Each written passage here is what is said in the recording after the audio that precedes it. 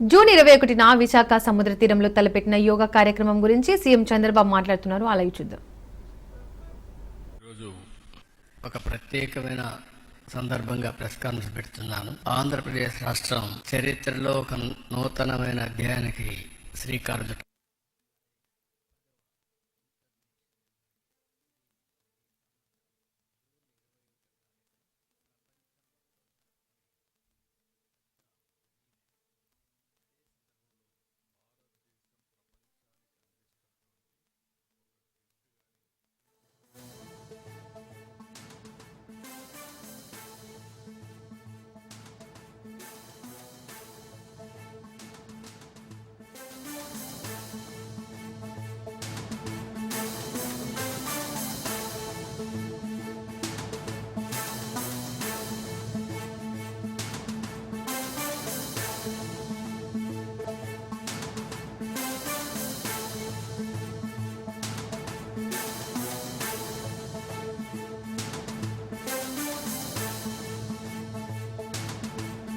రోజులు రాను రాను ఇవన్నీ కూడా అనేక దాడులతో లేకుంటే వేరే వాళ్ళ పరిపాలనలు ఇవన్నీ కనుమరుగయ్యే పరిస్థితి వచ్చింది.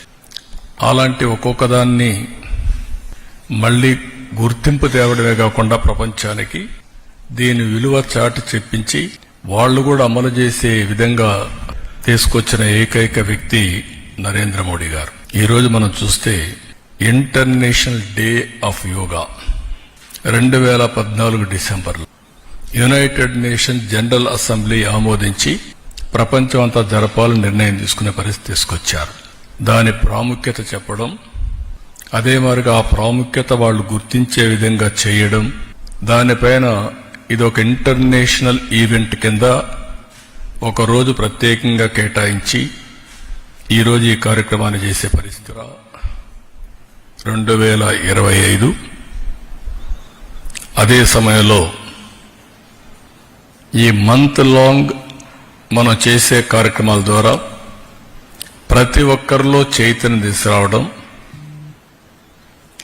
ప్రపంచానికి ఒక గుర్తింపు తెచ్చే విధంగా ఈవెంట్ జరపాలనుకుంటున్నాం.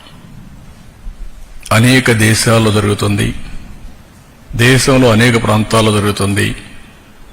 కానీ ఈ ఈవెంట్ అనేది ఇంతవరకు జరిగిన అన్ని ఈవెంట్స్ కంటే ఒక రికార్డు స్థాయిలో ప్రపంచంలో ఏమైనా రికార్డ్స్ ఉంటే అవన్నీ కూడా బ్రేక్ చేస్తూ ఒక నూతనమైన రికార్డు ఎస్టాబ్లిష్ చేసేట్టుగా ఈ కార్యక్రమాన్ని చేయాలని చెప్పి తలపెడుతున్నాం.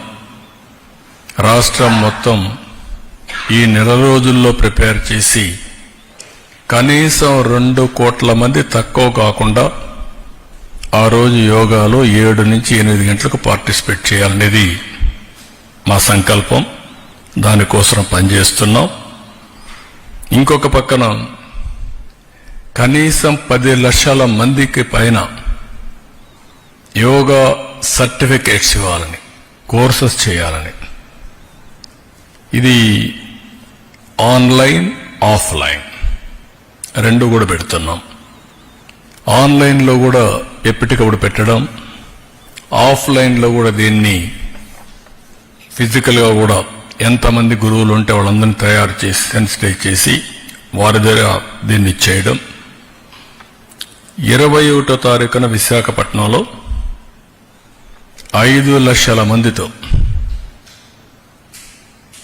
ఇది వరల్డ్ రికార్డ్. 5 లక్షల మంది సముద్ర తీరంలో, ఏది విశాఖపట్నం రామకృష్ణ బీచ్ ఉందో అక్కడి నుంచి నేరుగా భోగాపురం, సముద్రం, ప్రజలు, ఈ 2 కూడా యూనిక్ దృశ్యంగా తయారు చేయాలనేది ఒక సంకల్పం. ఎందుకంటే అనేది ఇక్కడ జరిగితే రోడ్ల మీద, గ్రౌండ్స్ మీద జరుగుతుంది. కానీ సముద్రం పక్కన ఇలాంటి ఈవెంట్ చేయడం అనేది అరుదైన అనుభవం. అందులో 7 గంటల నుంచి 8 గంటలంటే బీచ్ నుంచి బెస్ట్ బ్రీజ్, నేచర్, ఒక బ్రహ్మాండమైనటువంటి కల్మినేషన్ అవుతుందనేది మా ఉద్దేశం. ఈరోజు దీన్ని నేను ఇంత మునుపు కూడా చాలాసార్లు మీకు చెప్పాను. మనం స్వర్ణాంధ్రప్రదేశ్ తయారు చేశాం. విజన్ స్వర్ణాంధ్ర 2047. ఇందులో స్పష్టంగా పెట్టింది హెల్తీ, వెల్తీ, హ్యాపీ సొసైటీ. ముందు ఆరోగ్యం ఉండాలి, అదే మరి ఆదాయం కూడా పెంచాలి, ఆనందంగా ఉండాలి. అందుకే అనేక కార్యక్రమాలు తీసుకున్నాం. ఆ కార్యక్రమాలకి ఇది ఎక్కువగా సూట్ అవుతుంది.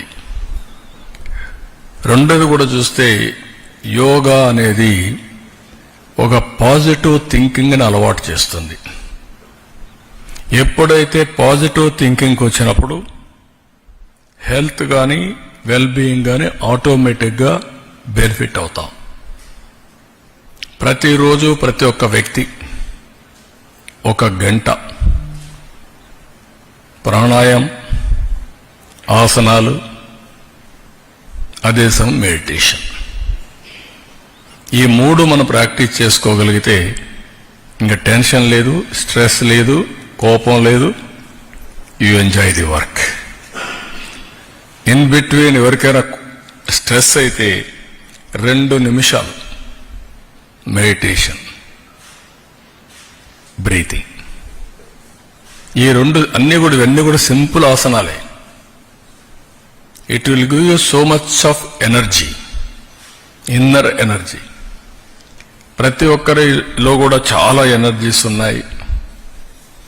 అదే సమయంలో అన్నెసరిగా డ్రైన్ అవుట్ అయిపోతున్నాం. దానికి